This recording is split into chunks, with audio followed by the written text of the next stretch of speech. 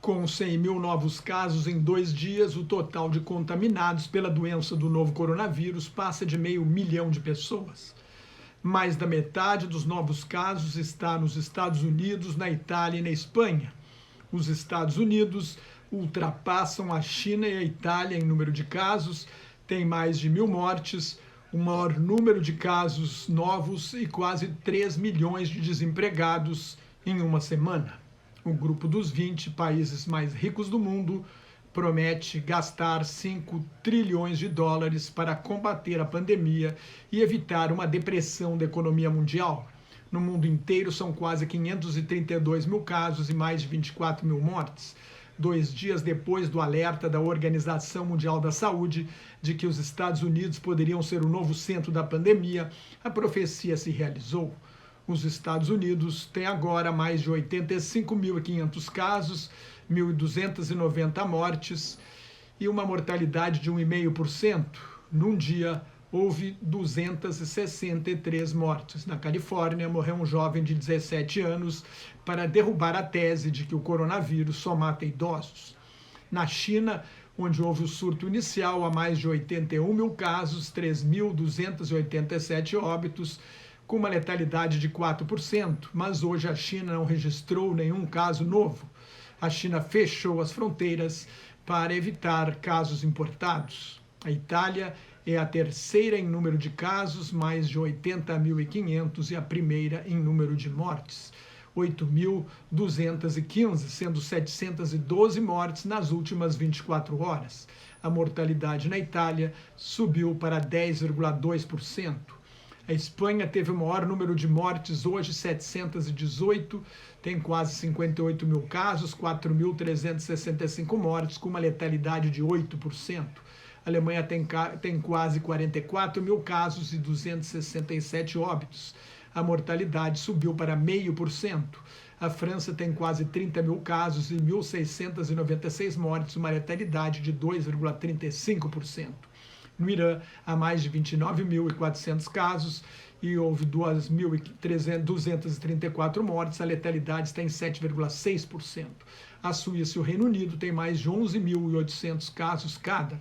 No Reino Unido, houve 578 mortes, na Suíça, 191. A África, o continente mais pobre do mundo, tem 2.400 casos e 72 mortes, com sistemas de saúde deficientes. Vai precisar de muita ajuda do resto do mundo. Na Índia, a paralisação das atividades afeta a distribuição de remédios e alimentos, o que pode tornar a situação ainda pior. Vamos repetir aqui o que funciona e está dando certo na Coreia do Sul, no Japão, em Singapura, em Hong Kong e Taiwan. Testagem em massa, isolamento de todos os contaminados, rastreamento de todos que tiveram contato com infectados,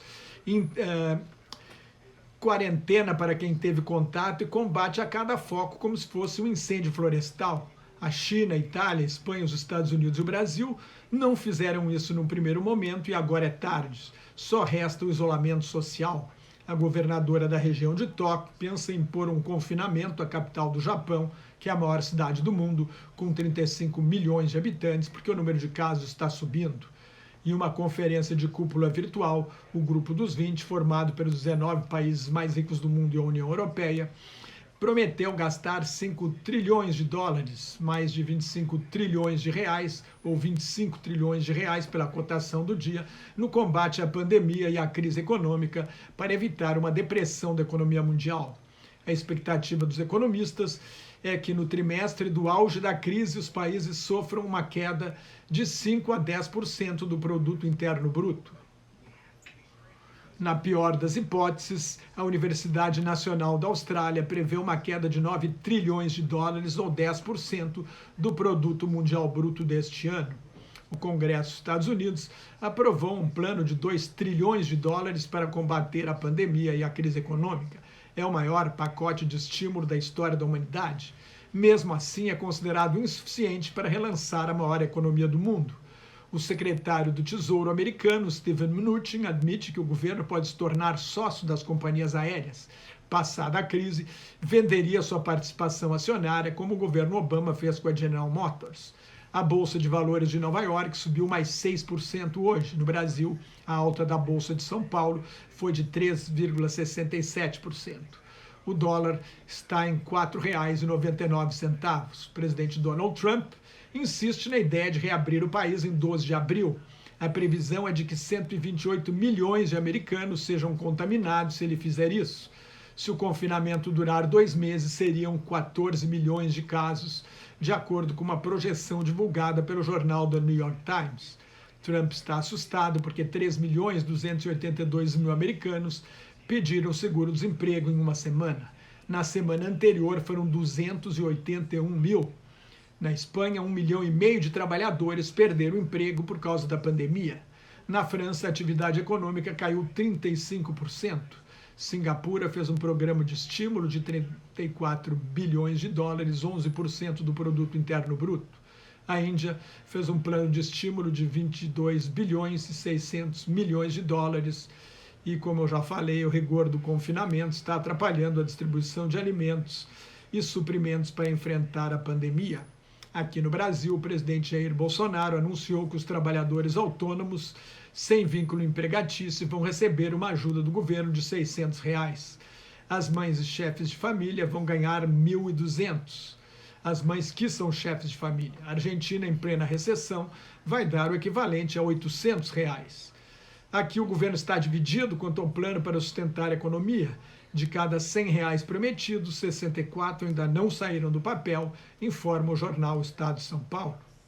Nos Estados Unidos, a Fundação Bill e Melinda Gates ofereceu 100 milhões de dólares para o combate ao coronavírus. Onde estão os bilionários brasileiros numa hora dessas? Mais notas e comentários sobre política internacional no meu blog Globalização em Crise, que está em nelsonfrancojobim.blogspot.com, no meu Twitter e no Facebook. Muito obrigado.